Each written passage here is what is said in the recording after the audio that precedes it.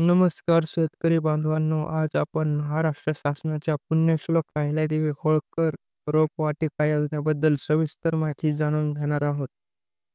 शेतकऱ्यांसाठी महाराष्ट्र राज्य शासनाच्या माध्यमातून शेकडो योजना राबवल्या जात आहे. यातीलच एक भाग म्हणजे भारतातील निम्म्याहून अधिक जनसंख्या ही शेती व शेतीशी निगडीत पूरक व्यवसाय करते. म्हणून केंद्र व राज्य सरकारामार्फत शेतकऱ्यांसाठी विविध योजना सुरू केल्या जातात. शेतकरी बांधव शेतीसोबत दूध व्यवसाय आणि रोपवाटिका व्यवसाय देखील करत आहे. अशा शेतकऱ्यांसाठी रोपवाटिकेचा व्यवसाय करणे तेवढे सोपे नाही. कारण की रोपवाटिकेचा व्यवसाय सुरू करण्यासाठी सुरुवातीला मोठ्या प्रमाणात भांडवल लागते.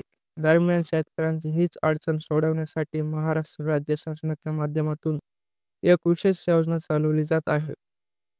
राष्ट्रीय कृषी विकास योजनेअंतर्गत पुण्यश्लोक अहिल्यादेवी होळकर रोपवाटिका योजना सरकारच्या माध्यमातून राबवली जात असून या योजनेअंतर्गत रोपवाटिका उभारण्यासाठी कमाल 2,77,500 रुपयाचे अनुदान दिले जात आहे. दरम्यान आता आपण या योजनेचे कोणाला लाभ मिळतो याबद्दल जाणून घेणार आहोत. कशी आहे पुण्यश्लोक अहिल्यादेवी होळकर रोपवाटिका योजना? राज्यातील शेतकऱ्यांना भाजीपाला पिकांसाठी दर्जेदार व कीड रोगमुक्त रोप निर्मिती करून उत्पादनात वाढ व्हावी, स्थानिक शेतकऱ्यांना पूरक व्यवसायाची संधी मिळावी, यासाठी ही योजना अंमलात आणण्यात आली आहे.